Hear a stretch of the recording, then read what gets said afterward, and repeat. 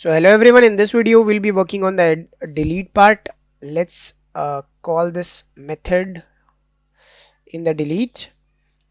So basically in the delete method, or this delete, in handle delete I'm passing the item itself.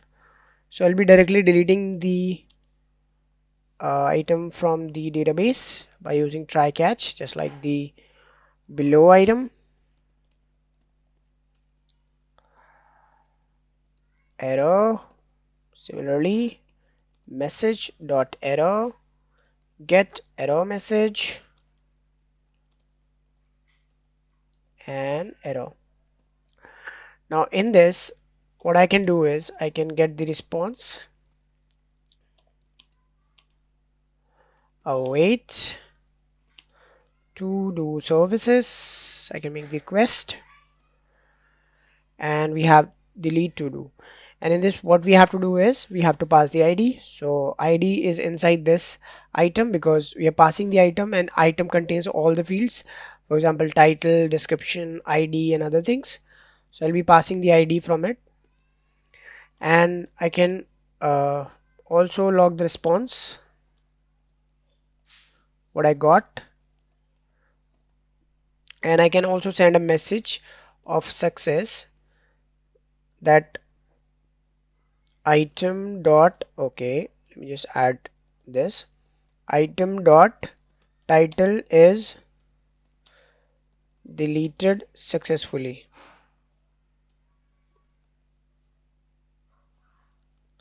Yep, that's it. Now that'll work. If I save it, also one more thing that I have to do, let me just show you this delete one. If I refresh, okay, so I'm getting that. Now if I delete the completed task, this hello world, if I delete it, you can see it is saying hello world is deleted. Then I have to refresh all the time, right? If I refresh it, then only I'll be seeing the updated list, right?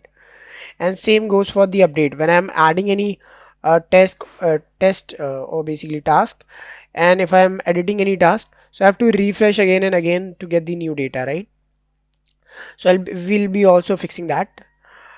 I'll be copying this method, which is getting all the yeah getting all the to-do list, because we need it in other places, right? So we'll be using it globally as a global function, and I'll be calling it from get user details, the user, so it doesn't have any of that. And then after that, what I can do is I can call this method here in the delete part. Same goes for the update. So in the update also I'll be calling all the list after I successfully updated any data. Also in the add part, so where is the add part? Let me just, yeah. So here also I'll be calling that method which calls all the list. So let's check whether I have to refresh the page again and again, or will I be getting the data now. Okay, let me just see if it is, yeah, it is saved. Now if I just add something, let's say test 2, this is a test again. If I click OK, you can see I don't have to refresh now. I'm getting the new list or new data basically.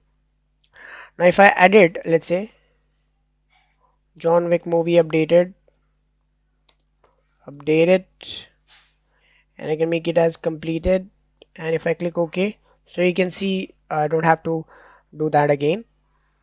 And now if I delete this test 2, so it is working. So I don't have to refresh and again and again to get the updated data. Now I'm getting the updated data.